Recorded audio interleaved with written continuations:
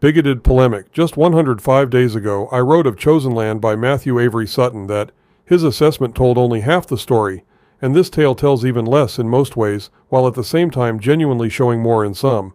Covering 500 or so years in a span of just under 700 pages, including roughly 15% bibliography, meeting at least that standard, though really there should have been even more, given some of the claims herein, there really is virtually no way to really cover religion in America in even a very shallow depth, and do it evenly over that time period in that few pages. Yes, that few, at nearly 700 pages. So any attempt at all is to be commended at least for the undertaking.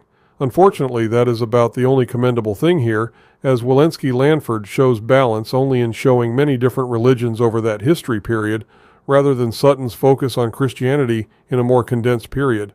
And to be clear, his text was almost exactly the same page count as Wilensky-Lanford's, with about 2/3 the bibliography, devoting roughly half of the narrative of a near 700-page book purporting to cover 500 years of religious history in America to the last 80-ish years of that period is a choice.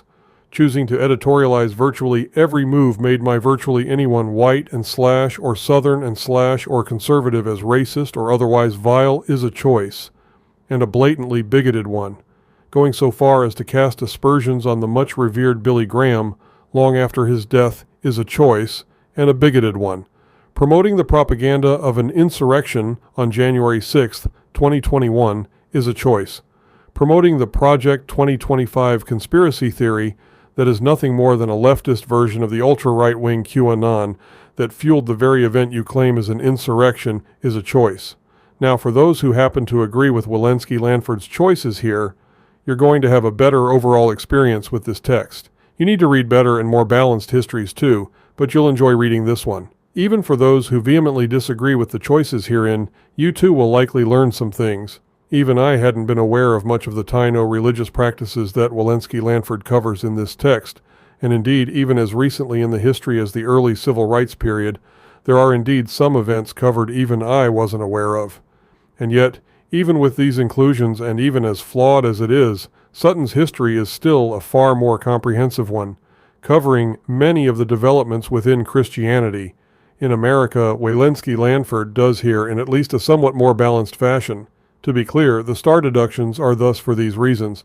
1 star lost for focusing far too much of the narrative on such a small slice of the overall time period in question, 1 star lost for such blatant and pervasive bigotry, 1 star lost for lack of coverage of even ostensibly favorable events that didn't fit well within the bigoted perspective, and even several that fit well within it, speaking to women's movements of the late 19th and early 20th centuries among both white and colored communities, enforcing some of the changes Wilensky-Lanford later highlights and even praises here, and 1 star deduction for losing any sense of objective historical reporting at all once the narrative moves closer to and into the 21st century.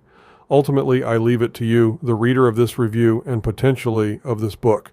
Even for all of its problems, again, there are absolutely a few flecks within this text of things that you will almost certainly genuinely learn about for the first time.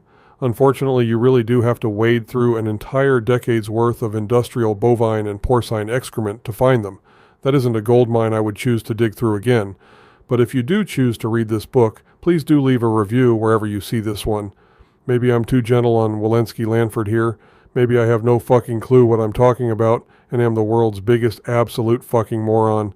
Feel free to call me out should you feel the need, but please do leave that review if you choose to read this book. Not recommended.